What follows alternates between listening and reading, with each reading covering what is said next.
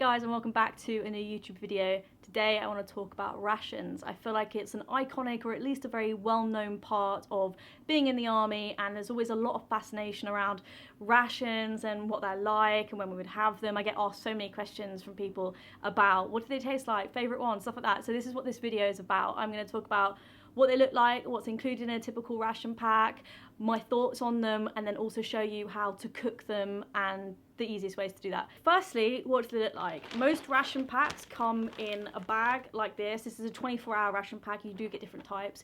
You can get a 12-hour ration pack, which is basically one meal plus snacks. We get them a lot when you're on range days, things like that. 24-hour ration packs you would typically get when you're in the field because it lasts obviously 24 hours. They're easy to issue out. There's loads of different menus. This is menu 3, which is one of my favourite ones. If you know, you know. Beef burrito and like steak and dumplings. So then inside of this is the rations themselves. Typically you'll get the meals separate to this bag, but for the sake of filming and ease, I've just put it all in the same plastic bag. This should have, I believe, a little over 3,000 calories in it if you eat everything in there, and it is meant to sustain a soldier in the field for 24 hours. So there is quite a lot in here, but the likelihood that you've actually managed to eat everything in here, whether it's due to lack of time or the fact that it's a bit grim, is like slim and far between. Normally I'd only probably eat like half of what is in it here for every 24-hour period. So I'll go through and show you what is in a typical ration pack. So this is what a typical ration pack for 24 hours looks like laid out.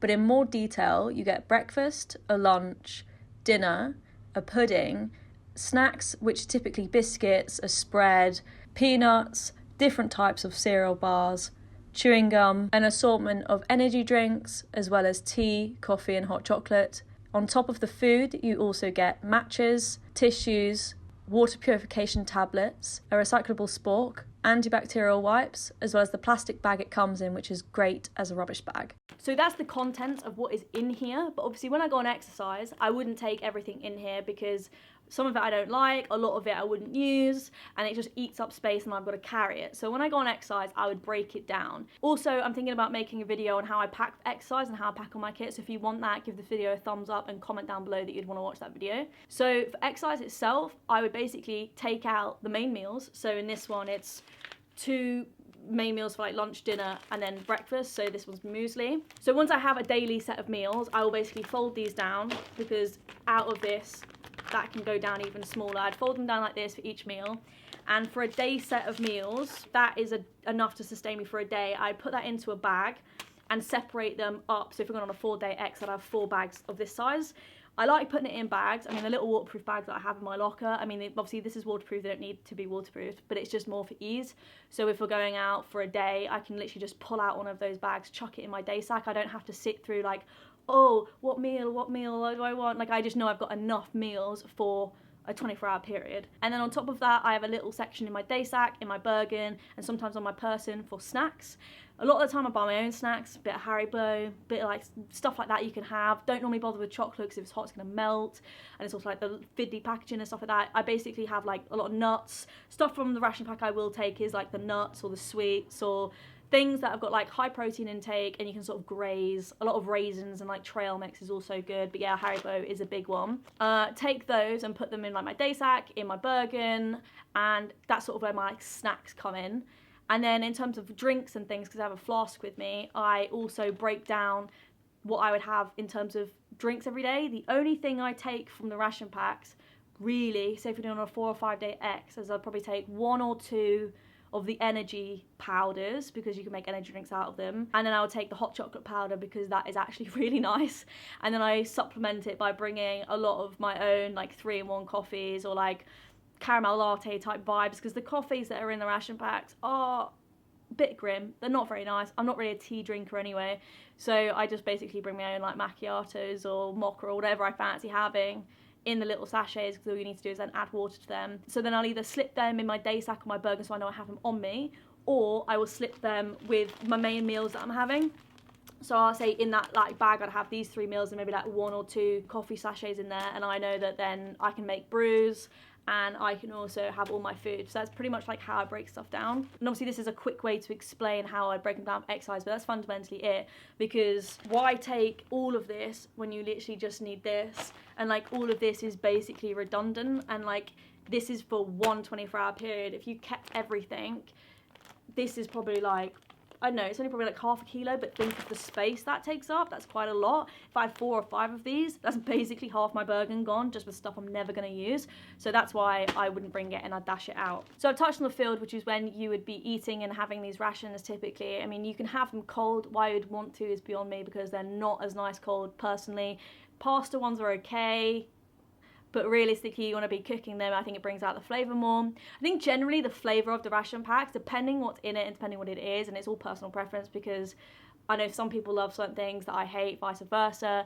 I think on a whole the ration packs are really nice for about 3 days, 2 or 3 days. After that you start hating it and you want to just have actual food, because they kind of, whilst they have different meals in them, the general flavours and textures of ration packs are pretty similar across the board. So it's like eating the same meal with a marginally different flavour 3 times a day for multiple days. You get a bit sick of that. But on the whole, I said, I think they're really nice. Like this pack of meal 3, which is like steak and dumplings, beef burrito. The beef burrito one, it's in a few ration packs I believe, is the best meal in the ration packs. Genuinely, a lot of people that I've met don't like it. I don't know why. I think it's my favourite thing ever. It's basically just like minced beef and sauce, kidney beans. It's really good. It's so good. It's quite spicy as well. And they do a lot of curries in the ration packs. All of the curries are really good, although the ones that annoy me a bit is where the rice is separate to the curry, because then you've got to cook 2 things and like it's more effort. The only things I hate are like the muesli and some of like the cakes and stuff. They do like, I think it's like an apple something pudding, don't like that. And then the muesli, don't like that. A lot of people love it though. I'm more of an all-day breakfast type gal. If you know, you know. I believe the nutritional value of everything in the ration pack, and obviously that requires you to eat everything in the ration pack, which you wouldn't necessarily do, is around 3,000 to 4,000 calories a day. So it is a good calorie intake, although every time I go on exercise I lose weight. So it is one of them things, because it's so physically demanding, that you are going to lose weight even if you eat 3,000 to 4,000 calories a day. And that's me as a 60 kg female. If you're a 90 kg bloke having the same ration pack, you're gonna, I think, feel the effects of exercise more than I would. But as I said, I still lose weight even if you have the ration pack. Don't know whether that's down to the fact that they're not nutritious enough, whether you burn too many calories, or the fact that you don't have time to eat everything in them.